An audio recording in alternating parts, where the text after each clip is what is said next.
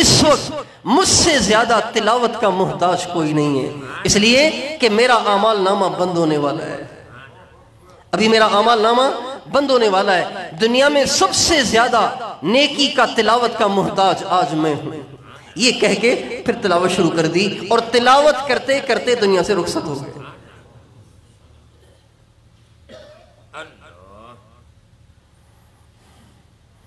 میرے بھائیوں، آخرت کا سفر بڑا کٹھن ہے، بڑا مشکل ہے، بڑی مشکل منزلیں ہیں، بڑے مشکل مراحل ہیں۔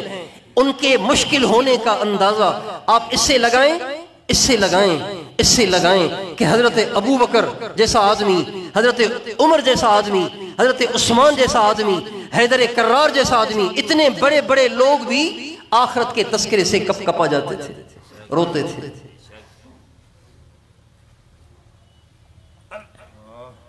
حضرت عمر کے جب انتقال کا وقت آیا تو رو رہے تھے۔ حضرت علی اور امام حسن، یہ دونوں حضرات حضرت عمر کے پاس چلے گئے تو دیکھا کہ حضرت عمر رو رہے ہیں، تو حضرت علی نے کہا عمر آپ رو رہے ہیں، کیا موت سے ڈر گئے ہیں؟ کیا آپ موت سے ڈر گئے؟ آپ جیسا آدمی رو رہا ہے، کیا آپ موت سے ڈر گئے؟ فرمانے لگے موت سے تو نہیں ڈر رہا ہوں، لیکن موت کے بعد پتہ نہیں کیا ہونے والا ہے، اس سے ڈر رہا ہوں۔ تو حضرت علی نے کہا عمر آپ ڈرے نہیں، آپ گھبرائیں نہیں، آپ ڈرے اور گھبرائیں نہیں، میں نے اپنے ان کانوں سے اللہ کے نبی سے یہ کہتے ہوئے سنا سیدہ کہول اہل الجنت ابو بکر و عمر، جنت کے ادھیڑ عمر کے لوگوں کے سردار ابو بکر ہوں گے اور عمر ہوں گے۔ جوانوں کے سردار حسن حسین ہوں گے نا، جوانوں کے سردار امام حسن امام حسین ہوں گے، ادھیڑ عمر کے لوگ یعنی 40 سے اوپر 50 سے اوپر والے، ان کے جو سردار ہوں گے وہ ابو بکر اور عمر ہوں گے۔ تو حضرت عمر کے ایک دم چہرے پہ بہار سی آ گئی، کہنے لگے علی کیا اس بات کی گواہی کل قیامت کے دن اللہ کے سامنے بھی دے دیں گے آپ؟ اگر آپ قیامت کے دن اللہ کے سامنے بھی یہ کہہ دیں کہ اللہ کے نبی نے یہ کہا تھا، شاید اللہ اپنے نبی کی بات کا پاس رکھتے ہوئے میری بخشش کر دے۔ حضرت علی فرمانے لگے عمر صرف میں نہیں، میرا یہ بیٹا حسن بھی قیامت کے دن یہ گواہی دے گا کہ اللہ کے نبی نے فرمایا تھا کہ ادھیڑ عمر کے لوگوں کے جنت میں سردار ابو بکر اور عمر ہوں۔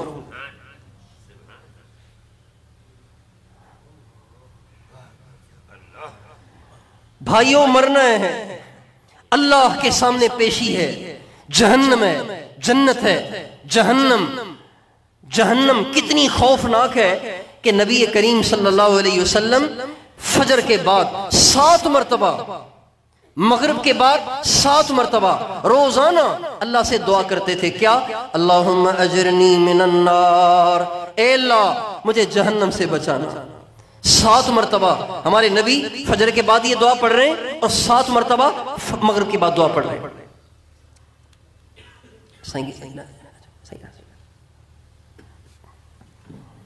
7 مرتبہ فجر کے بعد، 7 مرتبہ مغرب کے بعد حضور اکرم صلی اللہ علیہ وسلم دعا کر رہے ہیں اللہم اجرنی من النار، اے اللہ دوزخ سے بچانا، اے اللہ دوزخ سے بچانا، اے اللہ دوزخ سے بچانا۔ التحیات میں بھی یہ دعا کر رہے ہیں اے اللہ دوزخ سے بچانا۔ التحیات میں فجر کی سنت اور فرض کے درمیان بھی یہ دعا کر رہے ہیں اے اللہ دوزخ سے بچانا، اور پتہ نہیں کتنی دفعہ یہ دعا کر رہے ہیں۔ حدیث میں آتا ہے ہمارے نبی جب معراج کے لیے تشریف لے گئے، جب معراج کے لیے آپ تشریف لے گئے تو آپ نے ایک فرشتے کو دیکھا کہ مسلسل رو رہا ہے، مسلسل رو رہا ہے، مسلسل رو رہا ہے، مسلسل رو رہا ہے۔ آپ آگے چلے گئے، آگے چلے گئے، جب واپس آئے تب بھی دیکھا وہ فرشتہ رو رہا ہے، جہنم کی دہکتی ہوئی آگ سامنے ہے، وہ فرشتہ سامنے بیٹھا ہوا ہے اور رو رہا ہے۔ ہمارے نبی نے پوچھا جبریل یہ کون ہے؟ جب ہم گئے اس وقت بھی رو رہا تھا اور ہم واپس آئے اتنا لمبا سفر طے کر کے آئے اب تک بھی رو رہا ہے، یہ ہے کون؟ تو حضرت جبریل کہنے لگے یا رسول اللہ یہ اللہ کا ایک فرشتہ ہے جس کا نام میکائیل ہے، جب سے جہنم بنی ہے جہنم کو دیکھ دیکھ کے رو رہا ہے۔ حالانکہ فرشتے نے جہنم میں نہیں جانا، جہنم انسانوں کے لیے ہے۔ فاتقوا النار، دوزخ سے بچو،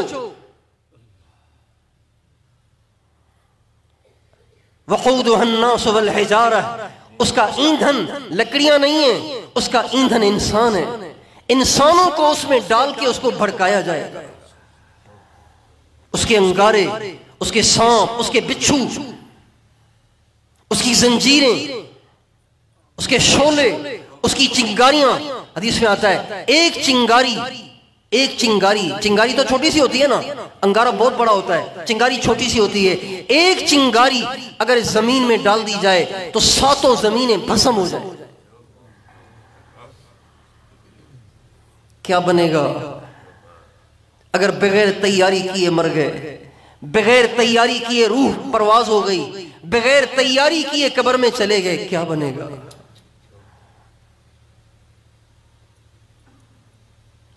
ہمارے نبی کی بیٹی حضرت زینب رضی اللہ تعالی عنہ جب وہ انتقال ہوا، وہ شہید ہوئی، حبار بن اسود نے ان کی اونٹنی کو برچھا مارا، وہ زمین پہ گر گئیں، ان کے پیٹ میں حمل تھا، وہ ساکت ہو گیا، اور زخم آیا، 1 سال اس زخم میں تڑپتی رہیں اور دنیا سے رخصت ہو گئی۔ حضرت زینب کون ہے؟ ذرا سوچئے تو صحیح، کیا کیا نسبتیں ان کے ساتھ جڑی ہوئی ہیں، کیا کیا نسبتیں ان کے ساتھ جڑی ہوئی ہیں۔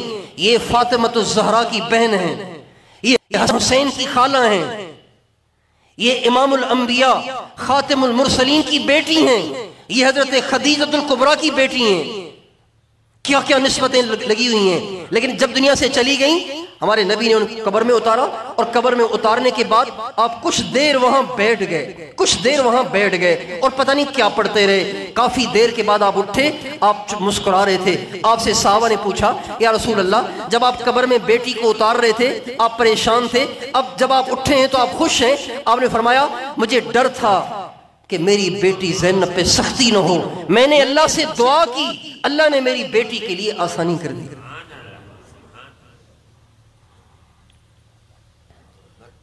حضرت زینب کو تو ضرورت پڑ رہی ہے امام الانبیاء کی دعا کی، ہنس رہے ہیں، کھا رہے ہیں، پی رہے ہیں، مزے کر رہے ہیں۔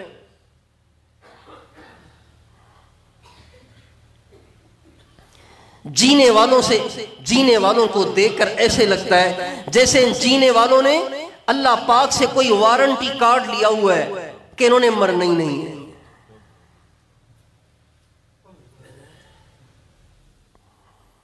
بھائیو، ہم سب نے مرنا ہے، ہم سب کے لیے آخرت کے وہ سارے مراحل ہیں جن آخرت کے مراحل کو یاد کر کے صحابہ تڑپ جاتے تھے، چیخ اٹھتے تھے، روتے تھے۔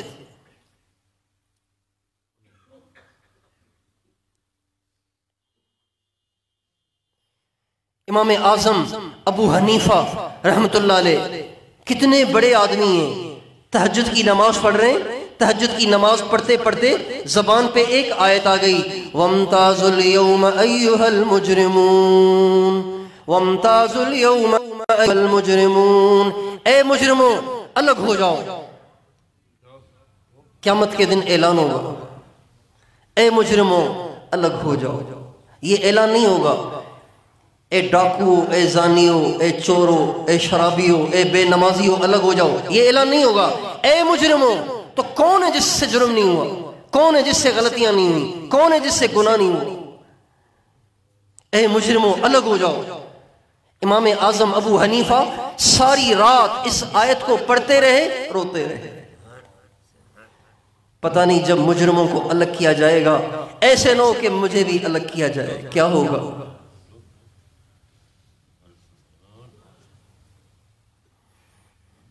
فَكَيْفَ تَتَّقُونَ، دیکھیں اللہ کتنے عجیب لہجے میں کہہ رہے ہیں، فَكَيْفَ تَتَّقُونَ إِن كَفَرْتُمْ يَوْمًا يَجْعَلُ الْوِلْدَانَ شِيبًا السَّمَاءُ مُنْفَطِرٌ بِهِ كَانَ وَعْدُهُ مَفْعُولًا۔ کیسے بچو گے قیامت کی سختیوں سے اگر تم ناشکری پہ ڈٹے رہے؟ اس دن کی سختیوں سے جس دن سختی کی وجہ سے جوان بھی بوڑھے ہو جائیں گے، آسمان پھٹ جائے گا، کیا کرو گے اس دن؟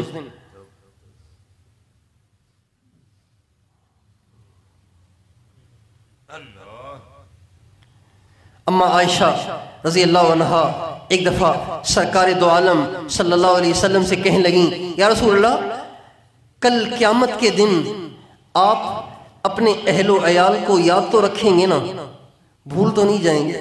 دنیا میں تو آپ بہت محبت کرتے ہیں ہم سے، قیامت میں بھول تو نہیں جائیں گے ہمیں؟ قیامت کے دن بھول تو نہیں جائیں گے؟ اور ہمیں عائشہ 3 جگہیں ایسی ہیں جہاں کوئی کسی کو یاد نہیں کرے گا، 3 جگہیں ایسی ہیں جہاں کوئی کسی کو یاد نہیں کرے گا۔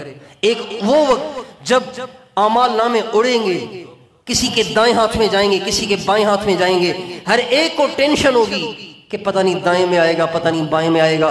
بائیں میں آئے گا تو جہنم کا فیصلہ ہے، دائیں میں آئے گا تو جنت کا فیصلہ ہے، اور اپنے اختیار میں نہیں ہوگا، خود آئے گا، یا دائیں میں آئے گا یا بائیں میں آئے گا، پتہ نہیں کیا ہوگا۔ اس وقت کوئی کسی کو یاد نہیں کرے گا۔ اور آپ نے فرمایا عائشہ اس وقت بھی کوئی کسی کو یاد نہیں کرے گا جب میزان کو قائم کیا جائے گا، اعمال ناموں اور اس میں نیکیوں کو برائیوں کو ڈالا جائے گا، ہر ایک کا کلیجہ منہ میں آ رہا ہوگا، پتہ نہیں میری نیکیاں بھاری ہوتی ہیں، پتہ نہیں میری برائیاں بھاری ہوتی ہیں۔ اور جس وقت لوگ پل صراط کو پار کریں گے اس وقت بھی کوئی کسی کو یاد نہیں کرے گا۔ آج دنیا کی ٹینشنوں نے، دنیا کی فکروں نے، دنیا کی محبت نے، دنیا کے شوق نے، دنیا کی عیاشیوں نے، دنیا کے مال دولت نے ہمیں آخرت سے غافل کر رکھا ہے۔ اس لیے موت ہر وقت یاد رہنی چاہیے۔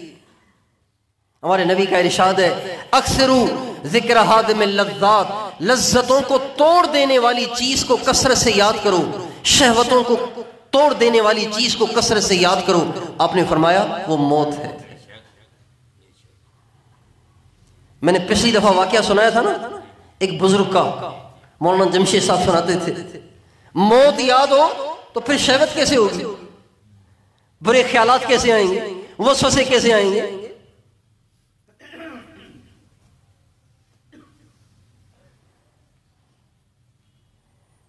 حضرت ابراہیم بن ادہم رحمت اللہ علیہ سے کسی نے کہا حضرت ایک مسئلہ بتائیں، فرمایا مسئلہ کسی اور سے پوچھ لو، میں مصروف ہوں۔ کہا کس چیز میں مصروف ہوں؟ کہا آخرت کی تیاری میں مصروف ہوں،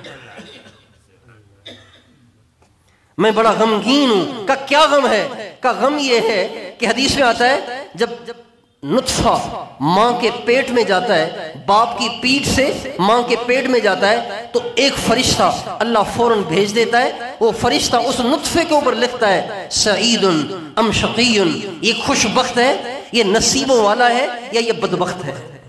پتہ نہیں میرے لیے فرشتے نے کیا لکھا تھا۔ ابراہیم بن ادہم کہہ رہے ہیں غم لگا ہوا ہے، کسی اور سے جا کے مسئلہ پوچھو۔ کہا کیا غم ہے؟ کہا غم یہ ہے کہ اللہ نے مجھے لکھا تھا، پتہ نہیں کیا لکھا تھا۔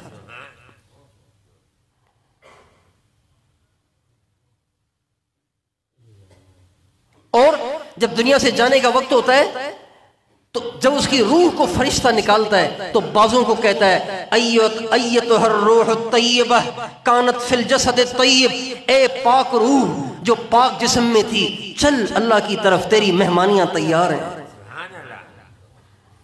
اور جو بدبخت ہوتا ہے بعضوں کے لیے یہ اعلان ہوتا ہے ایتھا الروح الخبیثہ کانت فی الجسد الخبیث، اے بدبخت، اے ناپاک روح جو ناپاک جسم میں تھی، چل تیرے لیے جہنم کی آگ تیار ہے۔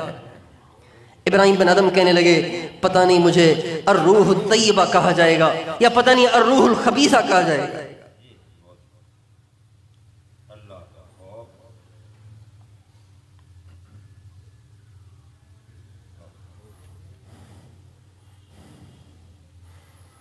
امام زین العابدین، امام حسین کے بیٹے امام زین العابدین، نام دیکھیں کیسا ہے، ان کا نام علی تھا، ان کا نام علی ہے، لیکن اتنی عبادت کی کہ لقب پڑ گیا زین العابدین، عبادت گزاروں کے لیے زینت، عبادت گزاروں کی شان۔ امام زین العابدین روزانہ 1000 رکعت نفل پڑھا کرتے تھے، 1000 رکعت روزانہ نفل پڑھتے تھے۔ 100 گھرانے ان کے خرچے پر چلتے تھے، 100 گھرانے، اور کسی کو پتہ ہی نہیں تھا۔ ایسے عبادت گزار۔ کسی نے دیکھا کہ بیت اللہ میں آئے اور بیت اللہ کے پردے سے چمٹ کے کہا اے اللہ تو نے مجھے اپنے نبی کا نواسہ بنایا، اے اللہ تو نے مجھے خاتون جنت کا بیٹا بنایا لیکن میں اس کا حق ادا نہیں کر سکا، ساری زندگی گناہوں میں گزر گئی، مجھے پکڑنا نہیں، مجھے معاف کرنا، پکڑنا نہیں، مجھے معاف کرنا۔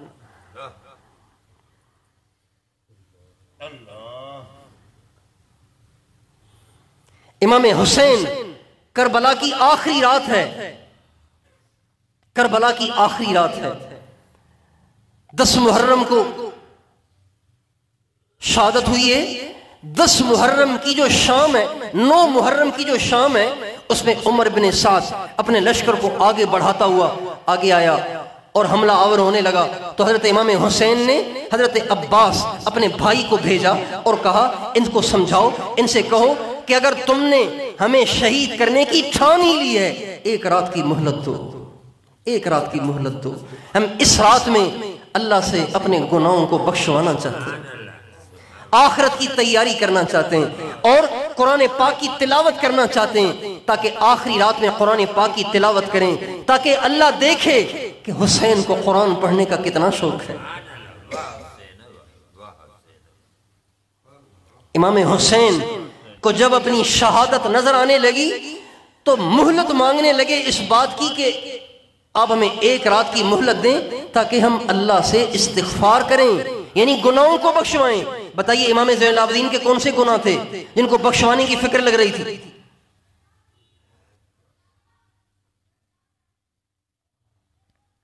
اس لیے بھائیو، آخرت کو بھولے نہیں، آخرت یاد رہے، آخرت کی ہر وقت تیاری رہے۔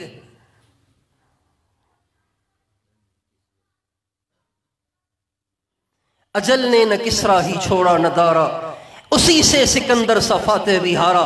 وہ سکندر اعظم جو دنیا کو فتح کرتا چلا گیا، فتح کرتا چلا گیا، فتح کرتا چلا گیا، گاجر مولی کی طرح سے لوگوں کو کاٹتے کاٹتے دنیا کا بادشاہ بن گیا۔ لیکن جب حضرت اسرائیل کا سامنا ہوا تو وہ بھی ڈھیر ہو گیا۔ اجل نے نہ کسرا ہی چھوڑا نہ دارا، اسی سے سکندر سا فاتح بھی ہارا۔ ہرکلے کے کیا کیا نہ حسرت سے دھارا، پڑا رہ گیا سب یوں ہی ٹھاٹ سارا۔ جگہ جی لگانے کی دنیا نہیں ہے، یہ عبرت کی جا ہے، تماشا نہیں ہے۔ یہاں ہم گھومنے پھرنے، کھانے پینے، مزے کرنے نہیں آئے، ہم یہاں آخرت کی تیاری کرنے آئے۔ جو لوگ آخرت کو بھولے ہوئے ہیں اور دنیا کی عیاشیوں میں، بدماشیوں میں مبتلا ہیں، فرشتے ان پہ ہنستے ہوں گے، کتنے پاگل ہیں، موت سر پہ کھڑی ہے، قبر ان کا انتظار کر رہی ہے اور ان کو ناچ گانے سے ہی فرصت نہیں ہے۔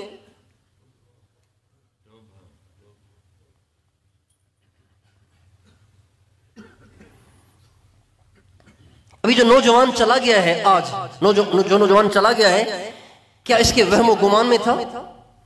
اس کے ماں باپ کے وہم و گمان میں تھا؟ اس کی 17 سالہ نوجوان بیوی کے وہم و گمان میں تھا؟ اس کے 4 مہینے کا بچہ،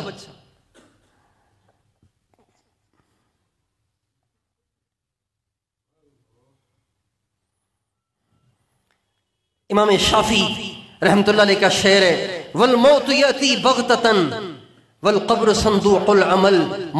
موت بتا کے نہیں آتی، اچانک آتی ہے، اس لیے کچھ کر لو تاکہ وہ قبر میں کام آئے۔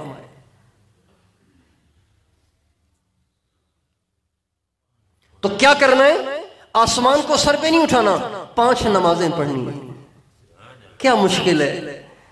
اتنی بڑی جنت کو لینے کے لیے 5 دفعہ وضو کر کے آ کے اپنے رب العالمین کے سامنے سجدہ کریں، یار کیا ہو جائے گا؟ اپنی نگاہ کو حرام سے بچائیں، اپنی زبان کو حرام سے بچائیں، اپنے کان کو حرام سے بچائیں، اپنی شرمگاہوں کو حرام سے بچائیں۔ کیا ہو جائے گا اگر یہ کر لیں گے تو؟ کون سی مشکل ہے اس میں؟ ماں باپ کی خدمت کریں، ان کی دعائیں لیں، کیا مشکل ہے؟ اپنی بیوی کے ساتھ حسن سلوک کریں، اس کی بے عزتی نہ کریں، اس سے لڑیں نہیں، اس کو ذلیل نہ کریں، اس کو دھمکیاں نہ دیں، اس کو دبائیں نہیں، اس میں کیا مشکل ہے؟ اللہ کو یاد رکھیں، سنت کے مطابق زندگی گزارنے کی کوشش کریں، اپنے آپ کو گناہوں سے بچائیں، بس یہ کرنا ہے اور کیا کرنا ہے.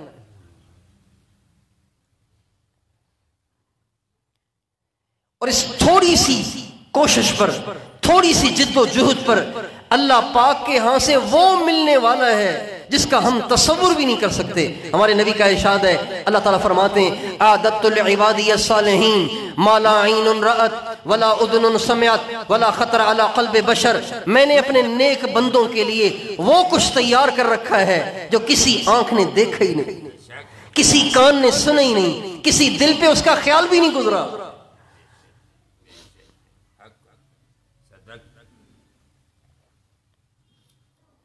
اللہ تعالیٰ فرماتے ہیں تتجافى جنوبهم عن المضاجع يدعون ربهم خوفا وطمعا ومما رزقناهم ينفقون. اس سے پہلے فلا تعلم نفس ما اخفي لهم من قرة اعين جزاء بما كانوا يعملون.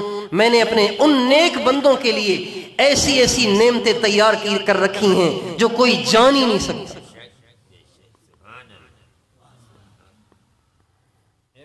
جب ایمان والا، اللہ کو راضی کرنے والا، آخرت کی تیاری کرنے والا دنیا سے جاتا ہے نا، دنیا سے جاتا ہے، اللہ پاک فرشتے اتارتے ہیں لا تخافوا ولا تحزنوا.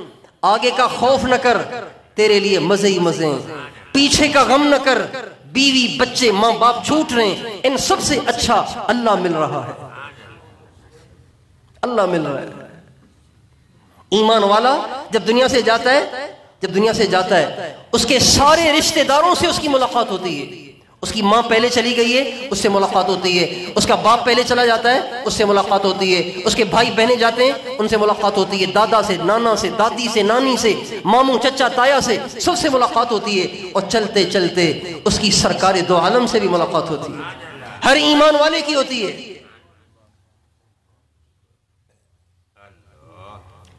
اب بتائیں ایمان والے کا وہاں سے آنے کو دل کرے گا؟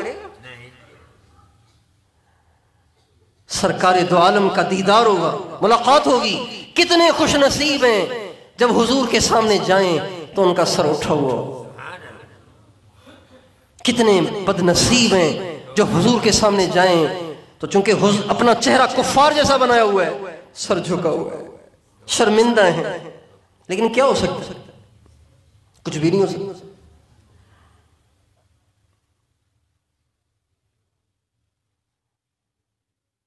اس لیے بھائیو، آخرت کی تیاری کریں، اللہ کو راضی کریں، اعمال میں زندگی گزاریں، اپنے آپ کو برائی سے بچائیں.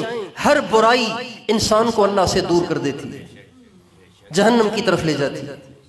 خود بھی اس پہ آئیں، اوروں کو بھی سمجھائیں، خود بھی اس کو سمجھیں، اوروں کو بھی سمجھائیں. ہمارے نبی آخری نبی ہیں، ہمارے نبی کے بعد اب کسی نبی نے نہیں آنا. لہذا ہر مسلمان کی ذمہ داری ہے خود بھی اللہ کو راضی کرے، اوروں کو بھی یہ بات سمجھائے. ہمارے نبی کا مزاج تھا یہ کہ آپ ہر ایک کا بھلا چاہتے تھے، ہر ایک کو جنت میں لے جانا چاہتے تھے، ہر ایک کو سیدھے راستے پہ لانا چاہتے تھے. یہ ہمارے نبی کا مزاج تھا، یہ ہمارے نبی کی سوچ تھی. ہم بھی اس کی کوشش کریں کہ بھائی دنیا میں کوئی بھی ایسا نہ ہو جو جہنم میں جائے.